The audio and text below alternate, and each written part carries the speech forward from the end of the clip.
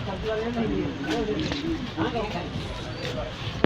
से आराम से आराम ले रुक जा रुक जा अरे कहाँ में अच्छा काम लगा था क्या मामला थी क्या है। ये 6 फरवरी को हमें एक जानकारी मिली कि एक बॉडी मिली है और जिसके सर पे पत्थर से ऐसा लगा कि बड़ी भारी वस्तु से उसके सर पे चोट पहुंचाई गई है जिससे उसकी मृत्यु तारीख हुई है।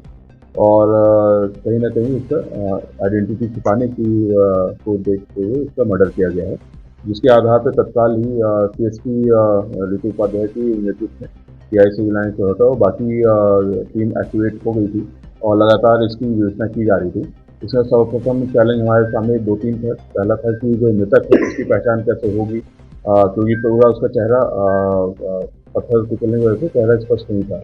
दूसरा था कि कारण क्या था और अपराधी कौन था। तो उसके आधार पर पूरी तकनीकी साक्ष्य मुखबिर साक्ष्य एकत्रित किए जा रहे थे और टीम ने करीब 200 से अधिक लोगों से पूछताछ किया। 100 से अधिक कैमरा उन्होंने देखा, लगातार पूरी टीम लगी रही और उसके बाद फिर उसमें आइडेंटिफाई हुआ कि ये व्यक्ति एक आरोपी ने इसको मारा है और उसकी बॉडी को पैर से घसीटते हुए उसके जगह पे ठिकाने लगाने के लिए किया है और पत्थर मारा उसको। और जिसके आधार पे फिर जो मृतक है उसकी पहचान के लिए भी पूछताछ की गई तो पता चला कि ये व्यक्ति जो मृतक है उसने एक जगह से शराब दुकान से कुछ शराब खरीदा था और फिर वहाँ से और पूछताछ किया गया तो पता चला कि कल्ला गांव के संबंधित शायद ये व्यक्ति होगा। तो वहाँ पता किया गया और तो वहाँ से फिर उसका पहचान हमको अरविंद पटेल के रूप में हुई थी, जो यहाँ पे रीवा में रहते मजदूरी करता है। और उसके उपरांत ये लगा कि कहीं ना कहीं सर पे वार किया गया, पहचान छुपाई गई, कोई नोन होगा जिसने इस हत्या को कारित किया था। तो इस आधार पर पूछताछ की गई, पूरे गाँव से पूछा गया कि कहीं इसकी किसी दुश्मनी हुई, तो वो भी नहीं निकल के आ रहा था। तो लेकिन लगातार पूरी टीम एक्टिव रही और विभिन्न कारणों पर समीक्षा किया गया। जो आरोपी था उसको भी पहचान करने की कोशिश की और उसके आधार पे हमको कुछ मुखबिरों से जानकारी मिली कि एक किस्सू साकिब नाम का एक व्यक्ति है, जो है वहाँ का लगातार अपराधी है, इस एरिया का चौहटा और इधर का अपराध करता रहता है और उसने संभवतः इस घटना को कारित किया है। और फिर जब किसी साकिब के चेहरा और जो हमारी फुटेज है उसका मिलान किया गया तो कहीं ना कहीं हमको भी हमारा डाउट उससे क्लियर हुआ और जिसके आधार पर फिर जब उसके पकड़ के उसको पूछताछ की गई तो उसने पूरी घटना को कबूल करना बताया है और उसको उसने शराब उनके नशे के बीच में उनका विवाद हुआ था।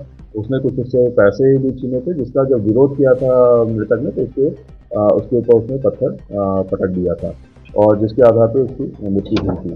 और इसमें किस्सू के पुराने भी के आपराधिक रिकॉर्ड हैं। इसके अलावा भी उसकी कई शिकायतें भी हमें 1-2 और मिली हैं और जब इसको गिरफ्तारी हुई तो उसके बाद भी उनकी शिकायतें मिली। उसके परिवार भी इससे बहुत ही प्रताड़ित रहता है तो उनकी भी शिकायत उसमें मिली है, जिसके अभी इसके और पूछताछ हम कर रहे हैं कि कोई अन्य घटनाक्रम भी इसने किया है क्या। और ये लगातार इस प्रकार से पिछले 21 से 24 तक लगातार इस तरह के घटनाक्रम इसने किया है।